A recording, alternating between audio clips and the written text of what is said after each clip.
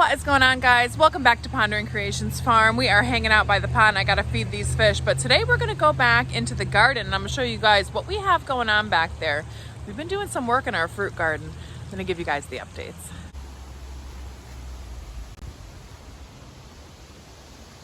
The first little garden we have is here, what I call my pots around the flagpole, and they do grow quite a bit of food. Some of them are still set up for spring and bolting, but we will get those switched over.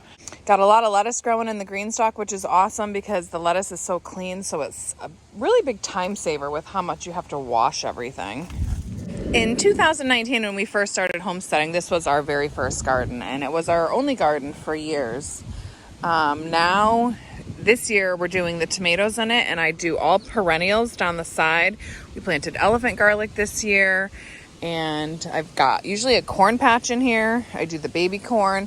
This year it's up in the front, needs to get weeded. We've got some volunteer potatoes here, some oregano, and some weeds that I'm gonna get out of here because I'm gonna do straw flowers along this fence line. For years we had 3 apple trees in the back, but we moved the 2 back to the orchard and we just left 1 in here for the time being. Along the greenhouse, it's tradition that we do sunflowers.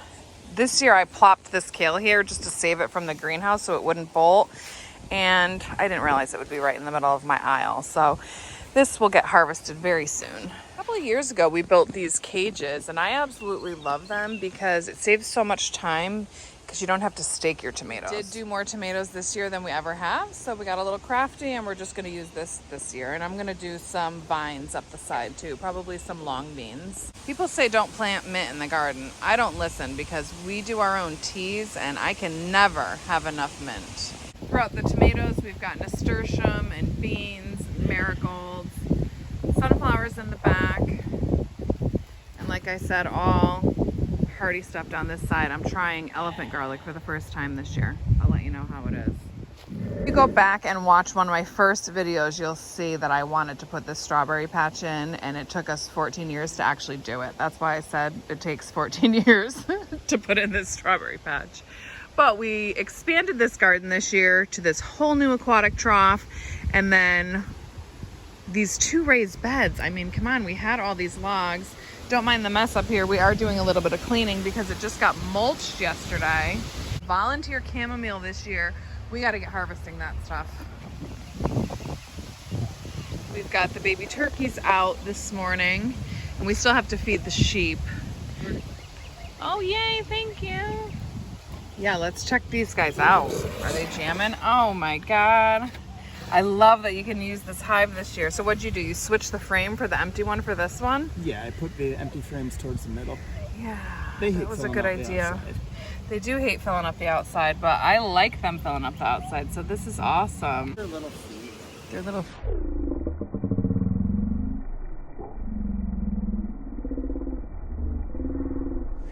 Look at all the volunteer calendula. This stuff is starting to flower already. I picked so much last year that I honestly don't need to pick this year. I might have some to pick and give away or have pickers come in and grab this. Some friends that want it. Anybody, let me know. Over here we planted the sweet meat, the blue Hubbard, 2 whole things of leeks, and finally we got some pussy willows in the ground. It's awesome. We actually had to spray all these weeds, which isn't something we normally do, but it was a necessity here. So you saw the main garden. I've got 4 raised beds in the greenhouse that I'm not gonna go into today because I've gotta get to work, but let's look at our weedy mess garden right now. This is our newest garden. This is where we used to have the goats. And it's doing great. Growing tons of weeds. The weeds in here mostly are tomatoes because this is where we did tomatoes last year. I need to get some squash planted in this area. That is a job for today. I've got lots of carrots doing good in here. We got to get them weeded out a little bit. My broccoli and sprouting broccoli, I planted in here and did some row covers, and ooh, we got to eat that broccoli. Well, I didn't actually plant sunflowers over here. I was feeding the meat birds that I had over here last season sunflowers. So look, we've got one as a weed. but those volunteers do better than anything you could plant. The soil really sucked over here, so I planted some barley and I figured I would just seed save from it. So I did a red and a purple barley. So we'll be harvesting this and then I'll have more seed to plant a bigger area next time. And so I'm hoping to do like some stripes of different barleys for the sheep. The cabbage are growing nice. And like I said, the weeds in the cabbage are actually tomato plants. So I'm not sure what to do about that. I think I'm definitely going to leave some after we get this harvested. We'll have to deal with this later when we're weeding in here and make a final decision. But thanks for joining me at the farm today, everyone. I hope you enjoyed your quick garden tour. Make sure you get some seeds in the ground, even if it's just a sage seed. If you don't want to be processing food at all this year, just start saving some seed and learning how things grow. And see all these weeds right here? It's okay. Things will grow in the weeds. Bye, Miss Rowe. So see you guys next time. Maybe we'll do take the sheep on a hike again.